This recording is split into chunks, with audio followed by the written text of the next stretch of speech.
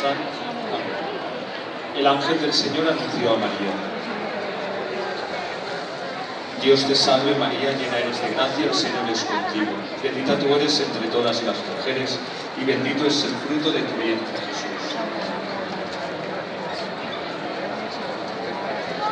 Aquí está la esclava del Señor. Dios te salve María, llena eres de gracia, el Señor es contigo. Bendita tú eres entre todas las mujeres, y bendito es el fruto de tu vientre, Jesús.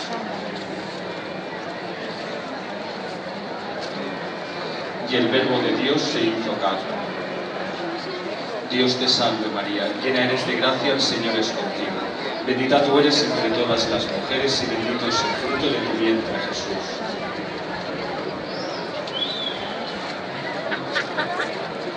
Ruega por nosotros, Santa Madre de Dios.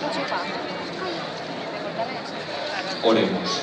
Infunde, Señor, tu gracia en nuestros corazones, para que los que hemos conocido por el anuncio del ángel la encarnación de tu Hijo Jesucristo, lleguemos por su pasión y su cruz a la gloria de la resurrección.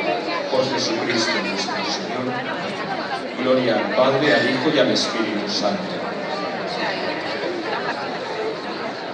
Gloria al Padre, al Hijo y al Espíritu Santo.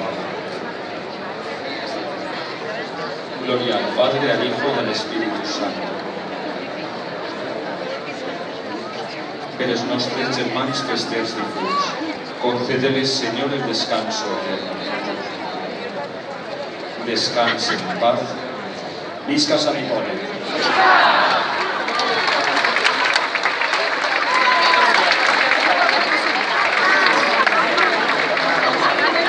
Senyor president, en nom de la Corporació Municipal i com a representant de totes les veïnes i veïns del poble de Cocentaina, li encomana a la Junta de Festes la preparació dels Moros i Cristians 2017, esperant que accepti el meu encàrrec.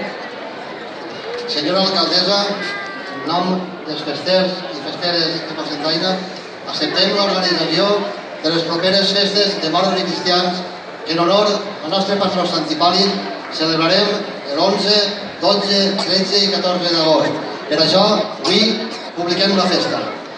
Visca la festa! Visca Sant Hipòlit i visca Cocentaina!